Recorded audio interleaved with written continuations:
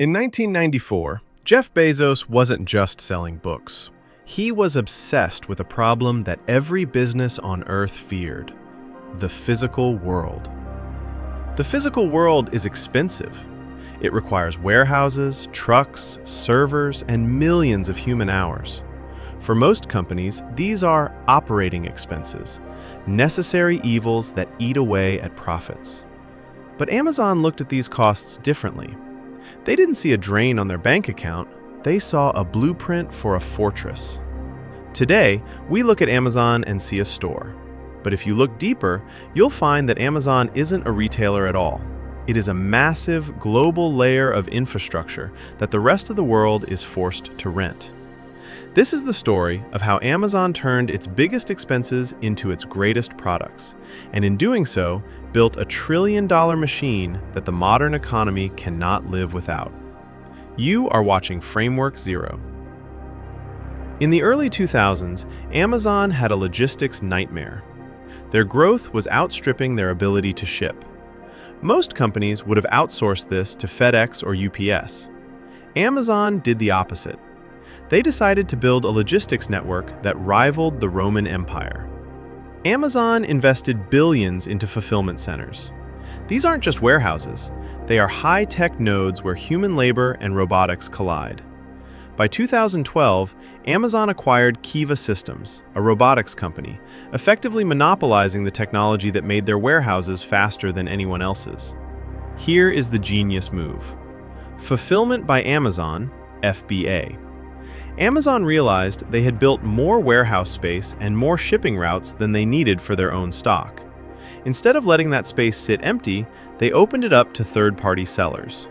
The consequence: small businesses began paying Amazon to store, pack, and ship their goods. The result? Amazon's expense, the warehouse, became a service they sold to their competitors. Today, over 50% of units sold on Amazon are from third-party sellers who pay Amazon for the privilege of using their infrastructure. While the physical warehouses were growing, a silent revolution was happening in the server room. This is perhaps the most important pivot in corporate history. By 2003, Amazon's internal software teams were slowing down. Every time they wanted to launch a new feature, they had to spend weeks building the plumbing, the databases and storage, from scratch. Bezos and his team, led by Andy Jassy, realized that if their developers were struggling with this, every developer on the planet was struggling with it. In 2006, Amazon launched Amazon Web Services, AWS. They took the massive computing power they had built to run Amazon.com and started renting it out by the hour. Think about the audacity of this. Amazon began selling the very tools their competitors would need to build their own websites. Netflix runs on AWS. Airbnb runs on AWS. Even the CIA has used AWS. AWS is the ultimate infrastructure play. It has high switching costs. Once a company builds its entire digital architecture on Amazon servers, leaving is nearly impossible. This rental income from the internet's infrastructure provides the massive cash flow that allows Amazon to lose money in other areas, like experimental drone delivery or Hollywood movies, while still remaining a trillion-dollar titan. Infrastructure isn't just physical or digital, it's behavioral. In 2005, Amazon launched Prime. At $79 a year, initially, Prime made no sense on paper. Shipping is expensive. Giving free 2-day shipping to heavy users should have bankrupted the company. But Bezos knew something about human psychology: sunk cost. Once a customer pays for Prime, they feel a loss if they shop anywhere else. They need to get their money's worth. To keep people in the Prime infrastructure, Amazon added 1. Prime Video, to keep you on the platform. 2. Prime Music, to keep you in the ecosystem. And 3. Whole Foods, to own the physical infrastructure of your grocery list.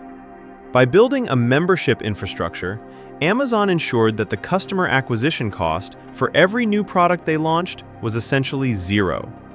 They don't have to find new customers. They already own the attention of 200 million Prime members.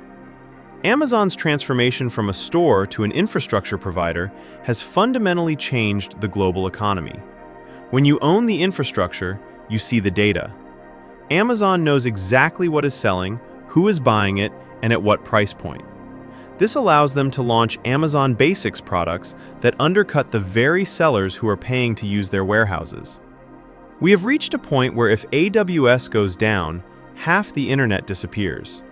If the Amazon logistics network strikes, the holiday season stops. We have traded a diverse marketplace for an incredibly efficient but highly centralized infrastructure. Amazon's secret isn't that they are the best at selling books or electronics. Their secret is that they own the roads of the 21st century. Whether those roads are made of asphalt and diesel or fiber optic cables and code doesn't matter. They have successfully transitioned from a company that competes in the market to a company that is the market.